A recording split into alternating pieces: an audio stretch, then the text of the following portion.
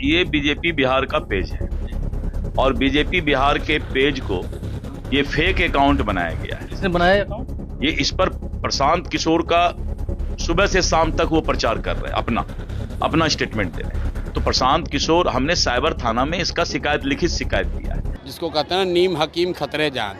दिलीप जायसवाल को अपने जीवन में सोशल मीडिया का कुछ आइडिया है नहीं। जिस अकाउंट का बात दिलीप जायसवाल कर रहे हैं वो भाजपा के दो लोग आज से नहीं 2016 से चला रहे हैं और उस आदमी को ये भी नहीं समझ है कि ये भाजपा का कोई पेज नहीं है, ये फेसबुक ग्रुप है जिस पर कोई भी जाकर कुछ भी लिख सकता है।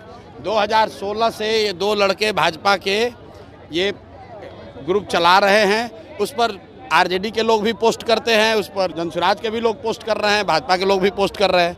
उनको जो केस किए हैं तो उनको कहिए कि तुम्हारा तो सरकार है ना, तुम जाओ और डीजीपी के साथ जाओ और उसमें अगर एक भी चीज़ गलत निकल जाएगा तो प्रशांत किशोर राजनीति से संन्यास ले लेगा। लेकिन अगर नहीं निकला तो इसको हाथ जोड़कर दिलीप जायसवाल को पूरे बिहार के युवाओं से माफ़ी मांगना चाहिए। इस आदमी को कोई समझ नहीं है। इस आदमी को एक ही चीज़ का समझ है कि कॉलेज कैसे कब्जा किया जाता है। दिलीप जायसवाल का हिस्ट्री आपको बता देते हैं। दिलीप जायसवाल का हिस्ट्री ज़रा सुन लीजिए।